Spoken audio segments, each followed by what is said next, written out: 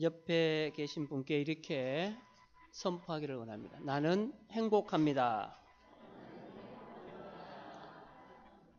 보셨던 분을 그대로 보시고 당신도 참 행복해 보입니다.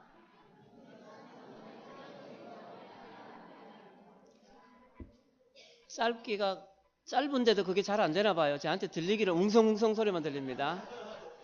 당신도 참 행복해 보입니다.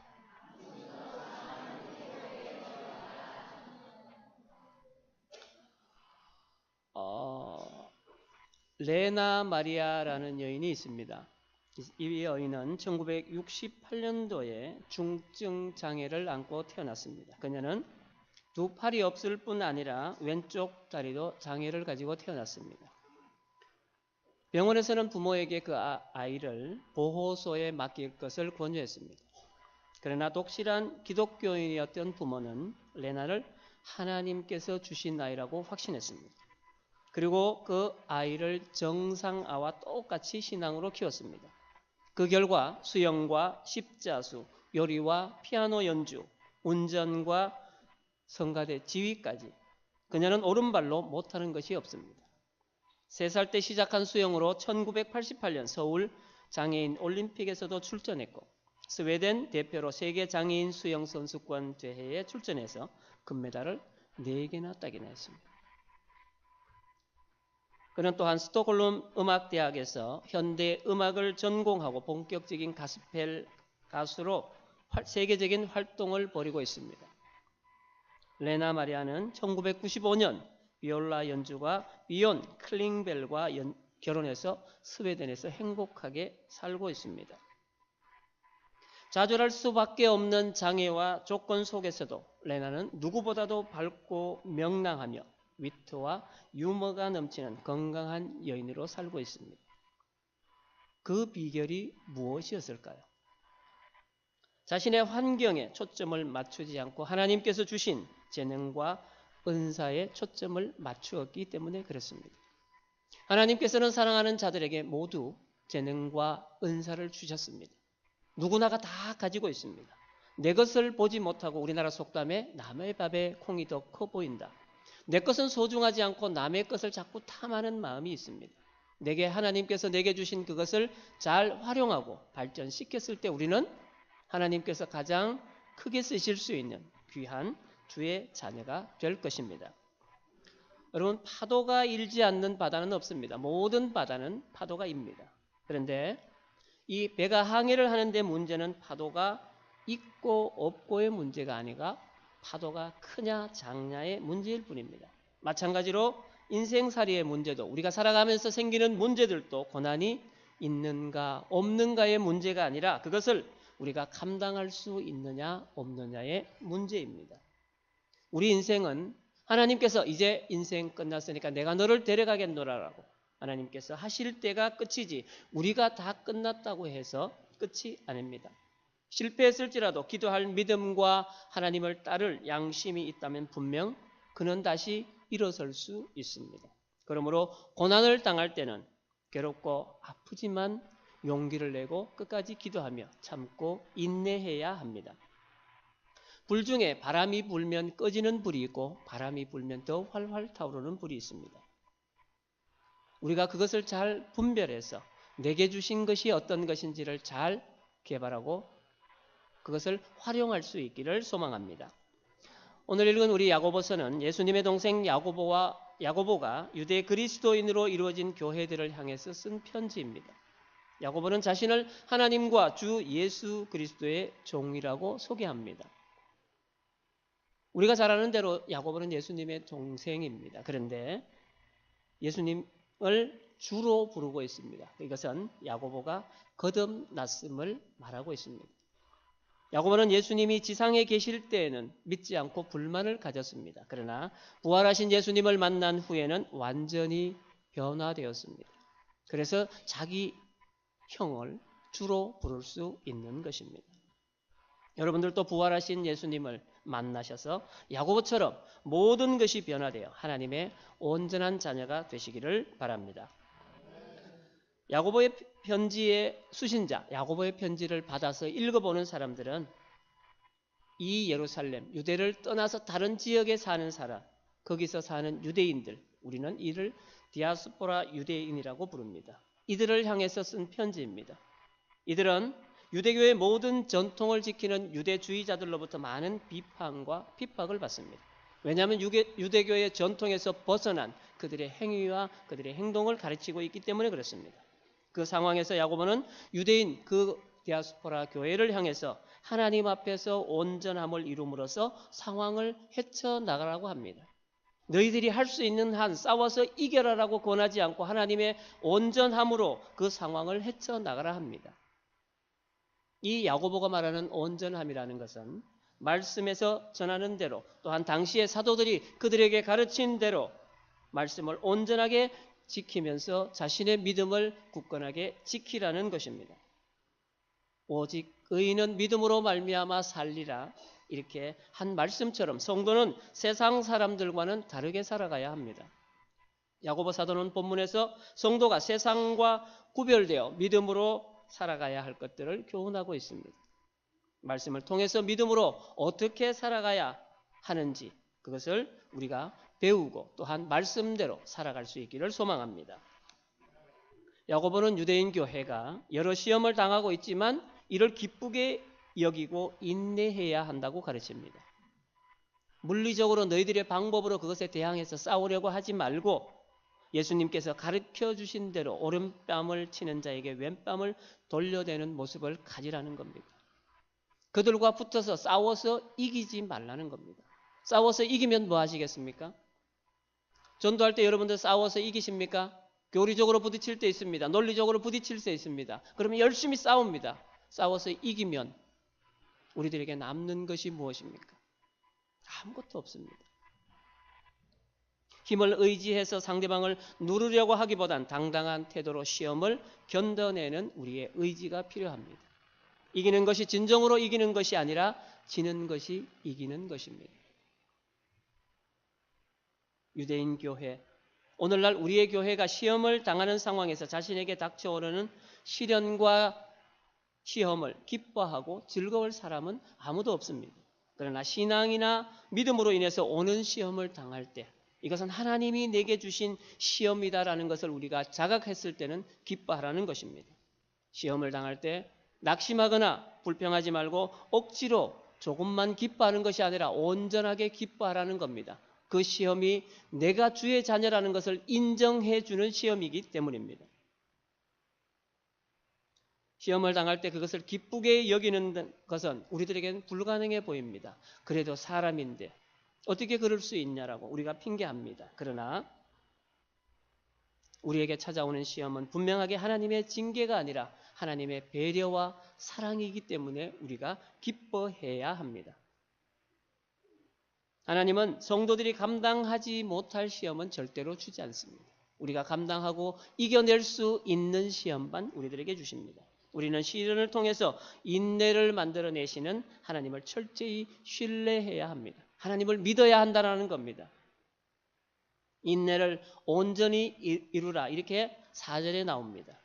이 말씀은 중도에 포기하지 말고 인내의 힘을 힘껏 발휘해서 끝까지 견디라는 겁니다. 싸워서 이기는 것이 아니라 견디라고 하는 것입니다. 주님이 이미 온전한 인내를 십자가에서 보여주셨기 때문에 그분을 따라 우리의 온전한 인내를 이루라고 하시는 것입니다. 베드로 사도 역시 오히려 너희가 그리스도의 고난에 참여하는 것으로 즐거워하라. 이는 그의 영광을 나타내실 때에 너희로 즐거워하고 기뻐하게 하려 함이라. 여러분, 우리가 고난과 시험에서 그것을 참고 인내하고 견디어내면 그것이 우리에게 면류관이 되는 것입니다. 성도는 항상 시험이나 고난을 만났을 때 기뻐할 수 있어야 합니다. 성도 여러분, 지금 내가 겪고 있는 고난과 시련조차도 하나님께서 나를 통해서 이루실 일들을 위해서 주시는 연단이라는 고백으로 기뻐하며 그 고난을 온전하게 끝까지 참아서 통과하시기를 소망합니다. 또한 야고보 사도는 교회가 어려움을 헤쳐나가는 방법을 그들에게 말하고 있습니다. 하나님께 기도해서 얻는 그 지혜로 그 시련과 고난을 돌파하라고 말합니다. 야고보는 지혜가 부족하다고 느낄 때 하나님께 기도하면 주신다고 가르칩니다. 세상의 지혜는 책을 보고 다른 사람으로부터 배움을 통해서 얻어집니다. 그러나 하나님의 지혜는 하나님께 기도해서 얻어지는 것입니다.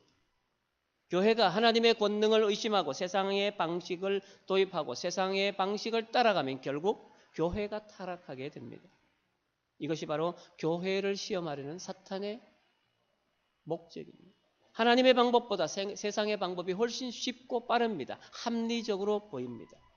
그러나 그것들이 결국은 우리를 넘어지게 하는 것들입니다. 우리는 무엇보다도 먼저 기도의 자리에 나아가야 합니다. 시련과 고난이 하나님께서 주신 것이기에 걷어가시는 분도 그것을 완성하시는 분도 하나님이시기 때문에 우리가 기도의 자리로 나아가서 하나님 앞에 우리 자신의 모든 것을 내어 맡겨야 합니다. 교회는 사람의 힘을 의지하는 공동체가 아니라 예수 그리스도의 십자가의 죽음과 부활을 믿는 자들로 하나님께서 세상으로부터 구별하여 낸 그렇게 해서 만든 믿음의 공동체입니다.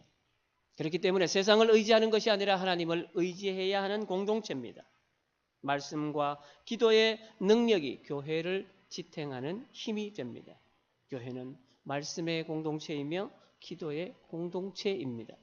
그것이 하나님이 기뻐하시는 교회의 본 모습입니다. 오늘 우리가 오전에 교회에 대해서 우리가 말씀을 들었습니다. 여러분 다시 한번 그 말씀을 되새겨 보시기를 바랍니다. 우리는 믿음으로 행해야 할 일 가운데 중요한 한 가지가 하나님께 지혜를 구하는 겁니다. 이 지혜는 세상에서 얻을 수 있는 지혜와는 차원이 전혀 다릅니다. 세상의 지혜는 사람의 방법입니다. 그러나 하나님께서 주시는 지혜는 성령의 지혜로 성결하고 화평하고 관용하고 선한 열매가 가득한 지혜, 하늘로부터 내려오는 지혜입니다. 이 야고보서에서 말하는 지혜가 바로 올바른 판단력과 분별력을 얘기합니다. 이것이 과연 내게 득이 되냐 해가 되냐, 하나님께서 주신 것이냐 아니면 사탄이 주는 것이냐, 그것을 분별하고 판단하라는 것입니다. 어디서부터 오는 것인가를 알 때 우리는 그것에 대처할 수 있는 능력을 가질 수 있습니다.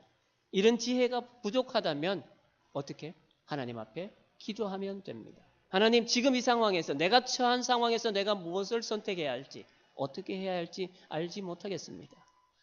아시는 권사님, 아시는 집사님, 나보다 내가 존경하는 집사님을 찾아갈 것이 아니라 하나님 앞에서, 하나님, 내가 이 문제에 접해 있습니다. 내가 어떻게 하면 이것을 극복하고 이겨나갈 수 있습니까? 하나님께 여쭤보시기 바랍니다. 그러면 하나님께서 지혜를 주셔서 그 모든 문제를 돌파하게 하실 것입니다.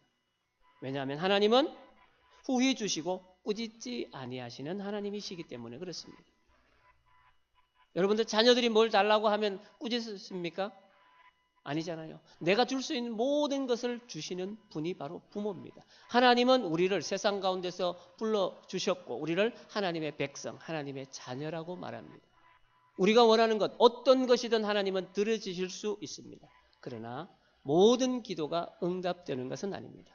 우리의 정욕을 위해서 구하는 것들, 우리의 세상적인 것들을 위해서 구하는 것들은 응답되지 않습니다. 다만 하나님의 영광을 위해서 믿음의 자녀로서 굳건히 서기 위해서 구하는 것들은 분명하게 우리들에게 주십니다.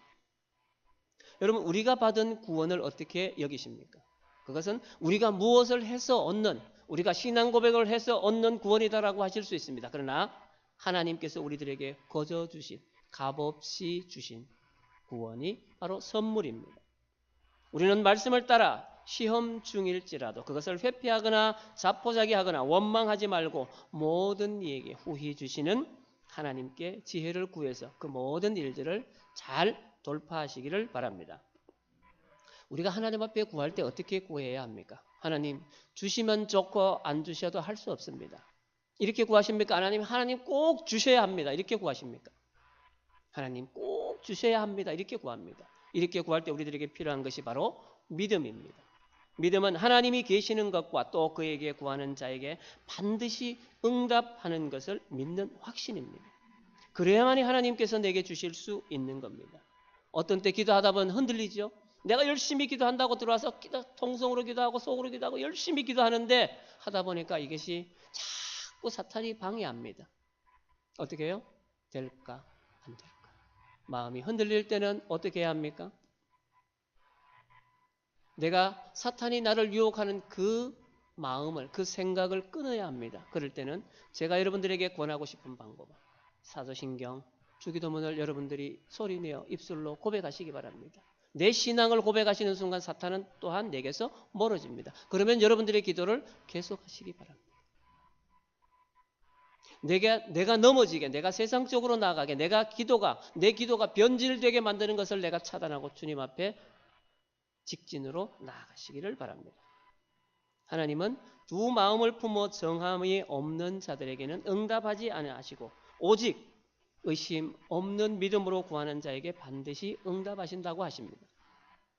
여러분, 두 마음이라는 것은 두 주인을 섬기는 것입니다. 될까 안 될까?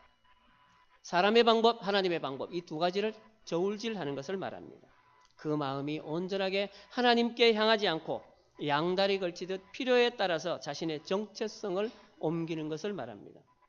예수님께서 누가복음 16장 13절에서 말씀하신 것처럼 너희가 하나님과 재물을 겸하여 섬길 수 없느니라. 여러분, 두 마음을 품은 자들은 믿음이 없는 자일 가능성이 아주 큽니다. 오늘 함께 예배하는 여러분들은 자신이 어떤 상황 가운데 있을지라도 하나님을 선택해서 믿음 안에서 굳건히 서가는 선함의 성도님들이 다 되시기를 소망합니다.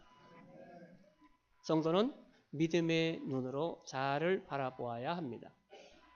세상에서 부와 권세를 가진 자는 교만에 빠지기 쉽습니다. 내가 가지고 있는 것, 내가 누리는 것, 내가 활용할 수 있는 것으로 자신을 믿게 되어 있습니다. 자신을 믿는 것을 교만이라고 말합니다. 반면에 가난하고 힘없는 자들은 자괴감에 빠지기 싫습니다. 내가 이 정도밖에 안 돼. 나는 뭐냐? 다른 사람하고 자꾸 비교하면서 자신을 낮추는 겁니다. 그러나 야고보 사도는 부한 자는 자신의 낮아짐을 자랑하고 낮은 자는 자신의 높음을 자랑하라고 권면합니다. 낮은 형제, 어떤 자입니까? 물질적으로나 육체적으로 연약한 자들은 자신의 높음을 자랑해야 합니다. 부한 자들은 자신의 낮아짐을 자랑해야 한다고 말합니다. 이것이 가능한 이유가 가난한 자나 부한 자나 모두 예수님으로 말미암아 구원받아 하나님의 자녀가 되었기 때문에 자랑할 수 있는 것입니다. 여러분, 낮아짐이 어떤 건지 아십니까? 낮아짐이라는 단어를 보면 비천함이라고 얘기합니다. 우리 뜻으로 비천함은 어떻습니까?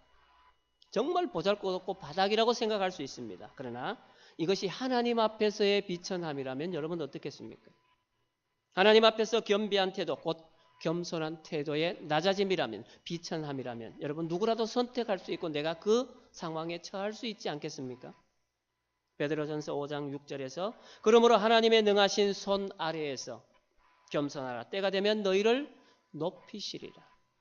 그 때를 기다리는 겁니다. 그 때를 견뎌내는 겁니다. 부자가 자신의 낮아짐을 자랑해야 하는 이유는 어떤 것입니까? 우리 벚꽃이 한 열흘 정도 활짝 폈습니다. 그런데 지금은 절반 이상이 떨어졌습니다. 저 벚꽃이 얼마나 갈 수 있습니까? 1년 내도록 간다면 어떻겠습니까? 그런데 꽃은 떨어지게 되어 있습니다. 부자들이 가진 권력, 부자들이 가진 돈, 이 모든 것들도 다 지나가고 맙니다. 그래서 전도서 1장 2절에서 전도자는 이렇게 고백합니다. 전도자가 이르되 헛되고 헛되며 헛되고 헛되니 모든 것이 헛되도다. 이것을 믿는 자가 어리석은 자라는 겁니다. 또한 전도서 2장 18절에서 23절의 내용을 종합해 보면 세상의 모든 것이 다 헛되다라고 말합니다. 그러니까 세상을 믿을 것이 아니라 온전한 하나님을 믿으라고 권면하고 있는 것입니다. 그렇기 때문에 이 세상에 있는 부자도 그리스도 안에서는 겸손해야 합니다. 그는 자신의 겸손을 자랑스럽게 여겨야 합니다. 낮아짐을 자랑스럽게 여겨야 합니다. 바로 부자의 낮아짐이 바로 겸손이기 때문에 그렇습니다. 가난한 이들은 뭘 자랑할 수 있습니까? 나는 비록 가난하지만 이 세상에서 가진 것도 없고 배운 것도 없고 누릴 수 있는 것도 없지만 예수 그리스도를 믿음으로써 하나님의 자녀로 새로운 신분으로 거듭났다라는 하나님의 자녀라는 이 신분을 자랑해야 하는 것입니다. 하나님으로부터 부르심을 받은 성도, 바로 저와 여러분입니다. 우리는 하나님의 나라를 약속받았고 하나님은 우리들에게 또한 이 야고보의 편지를 읽는 디아스포라 유대인들에게 그 나라를 반드시 상속하실 것입니다. 우리는 이미 누리고 계신 분들이 계시고 장차 누리실 분도 계십니다. 우리가 하나님의 나라에 사는 그 백성으로 우리의 조건을, 우리의 위치를 자랑하실 수 있기를 바랍니다. 우리가 외적으로 자신을 바라보지 말고 하나님 앞에서 믿음의 눈으로 자신을 바라봐야 합니다. 외적으로 바라보면 어떻습니까? 나보다 더 좋은 차 타는 사람이 부럽고 나보다 더 좋은 집에 사는 자가 부럽고 나보다 더 좋은 옷을 입고 좋은 음식을 먹는 자들이 부럽습니다. 그러나 믿음의 눈이라면 어떻습니까? 내가 하나님과 얼마나 동행하는가, 하나님께서 얼마나 내 삶을 굽어 살피시는가가 자랑거리가 될 것입니다. 부한 자는 하나님 앞에서 자신이 얼마나 부족하고 연약한 존재인지를 알고 겸손해야 하며, 가난하고 약한 자는 그리스도 안에서 하나님의 자녀된 자신의 영적 신분을 인식하고 세상에서 믿음으로 당당하게 살아야 합니다. 우리말로 한번 할까요? 절대로 밖에 나가서 꿀릴 필요 없습니다. 당당하게 선포하시기 바랍니다. 아까 우리 서두에 하신 것처럼 나는 행복합니다. 그분들은 이렇게 말씀하셔야 돼요. 당신 정말 행복합니까? 따라가세요. 당신 정말 행복합니까? 옆에 분한테 하시면 안 되고, 우리는 다 아까 참 행복하다고 얘기했으니까 세상 사람들, 믿지 않는 사람들에게 나는 행복합니다. 당신 참 행복합니까? 정말 행복합니까? 라고 해보셨을 때 과연 몇 분이나 그분들이 행복하다고 말씀할 수 있겠습니까?